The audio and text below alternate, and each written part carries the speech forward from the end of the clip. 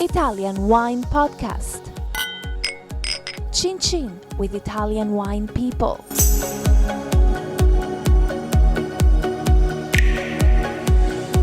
Hello, this is the Italian Wine Podcast with Monty Waldin. My guest today is Timothy O'Connell from the Vinitaly Wine Club. Welcome. Thank you. Welcome. Right, Timothy, just give me a little bit of your backstory before we get into the nitty-gritty of the Vinitaly Wine Club. Where are you from? So I'm from Chicago. I've been living here in Italy over 20 years.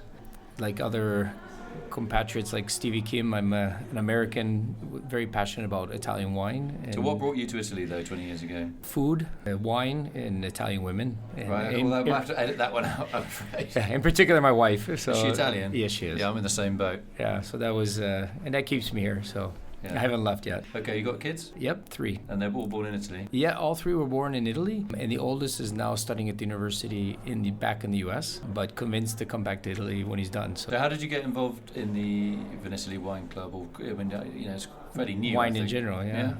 So I've been a marketing director for a number of big Italian companies over the years.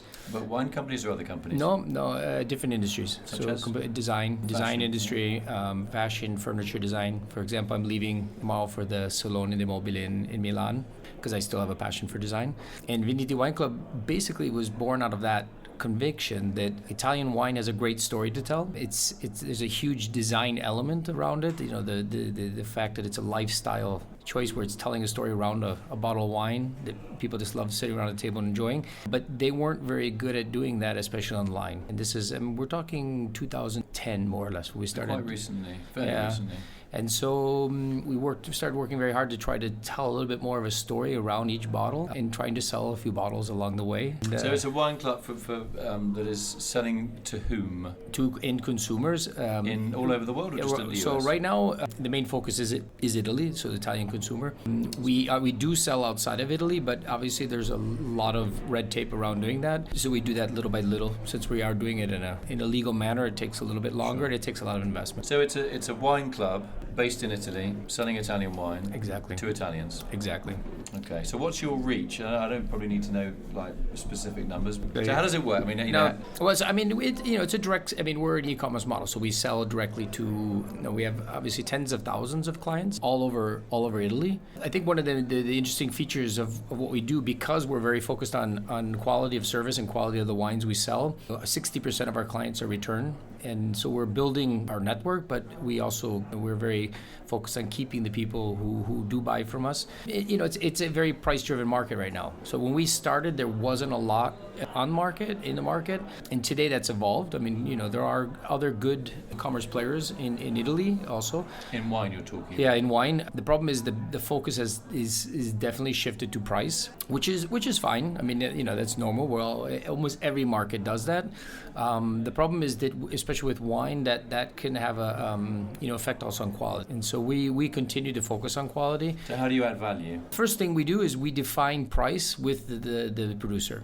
So and it sounds, coming from another Anglophone, it sounds like normal, but that isn't normal in the wine industry. I mean, when we went out and we would ask the producers, okay, what is the suggested retail price? Most of them looked at us, well, it depends what you want to sell it at. So, defining prices is already a first step, which is important. And we've done that. And now many of the producers, the hundreds, if not more than 1,000 producers we work with, the suggested retail they use for online was defined together with us. And we tried to hold that, and then we define promotions together with them. So it's not just a question of, a free-for-all selling or whatever price that comes to mind. And that's one area. So that guarantees to the end user that, we are selling at the price that, that this wine should be sold at, and, as defined by the producer. The other area is quality. I mean, just, the way we store the wine, the way we ship the wine, the fact that we source the wine only from producers, we use no third-party intermediaries, and just also the quality of the content we give around the wine is obviously very important also. So obviously, if I'm a winery, so maybe I can sell. Obviously, people come into my winery door because we're in Italy, and that does happen. Yep. And I may have my own website. Sure. But I'm also selling to you. Sure. And I know that the people that are buying my wine are mainly, say, in Milan, and Sure. I'm in Palermo or wherever I am on the other side of Italy. What happens if I then suddenly start selling the same wine online for like cut price deal because I've realise I've made too much of it? Would you get a bit grumpy and send them a gentle email?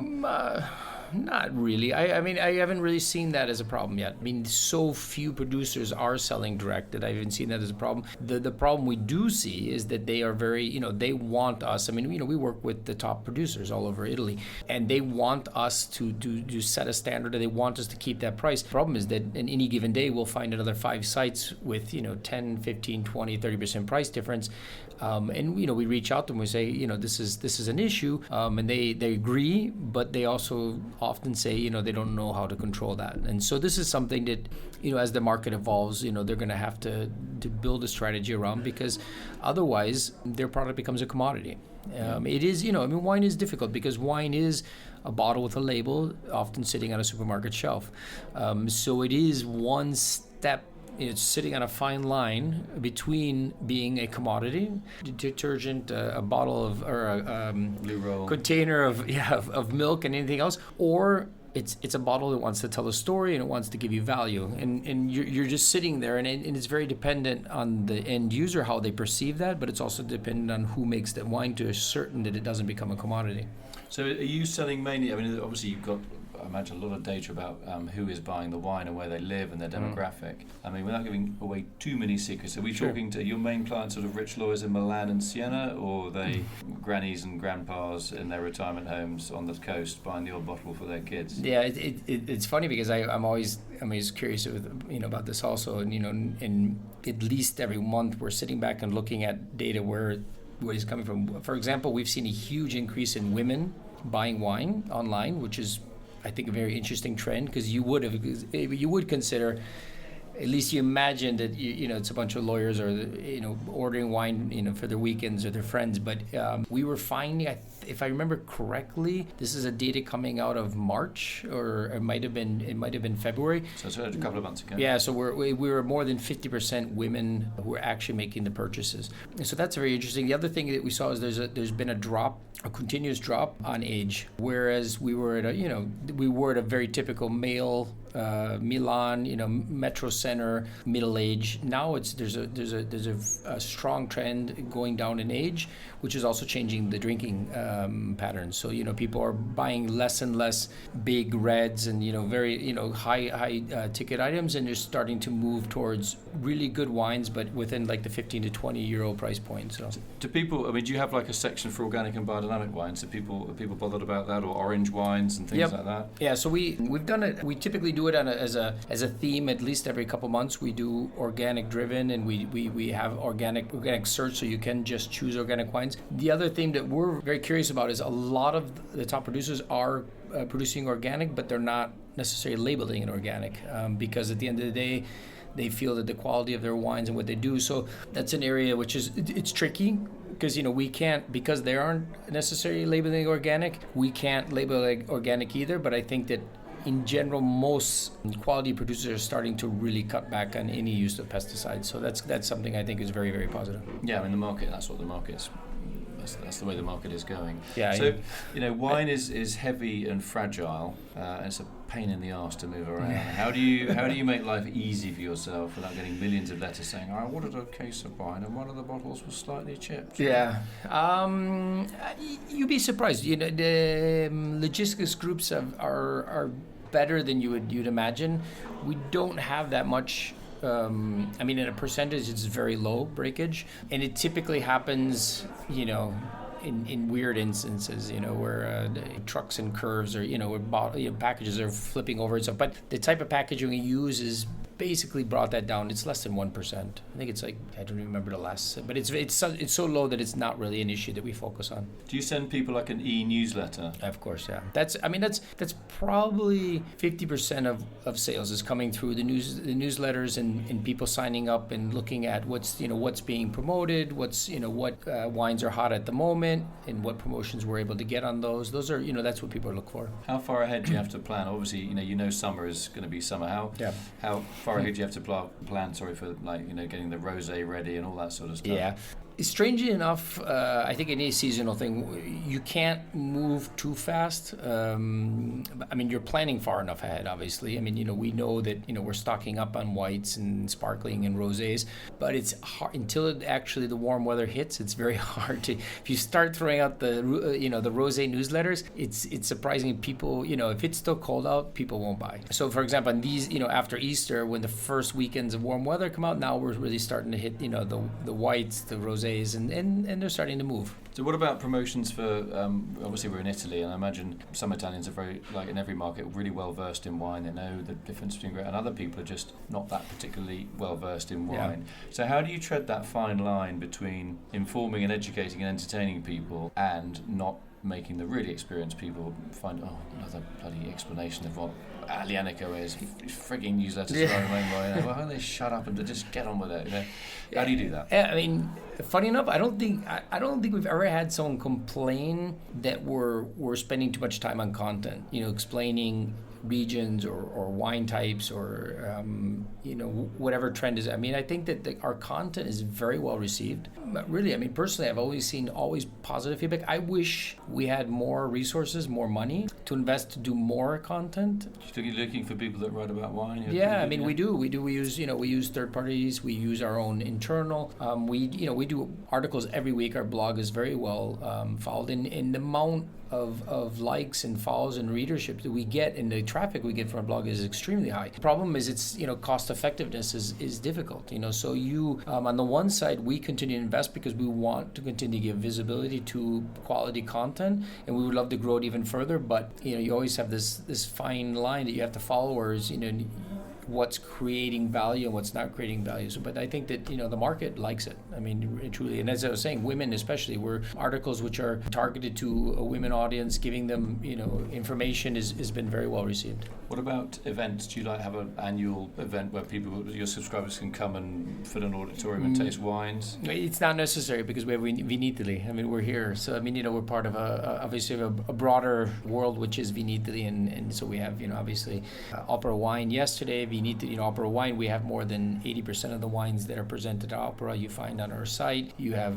Vinitaly, then you have all the other Vinitaly events. So it's quite useful. Do you get people writing to your producers saying, "Please buy my wine"? Yeah. Do you get begging letters? Not really. All those poor wineries. I mean, we do get contacted a lot, and obviously we have a screening process to manage that. That's another area. I mean, I would love to stock 5 times as many wines. The problem is we found that after a certain number of wines in the catalog, there's actually a negative effect, and it just becomes too complicated. Yeah, which I'm quite surprised because some of our competitors have, they focus on the fact that they have 5,000 wines or something, and whereas I find it's the exact opposite.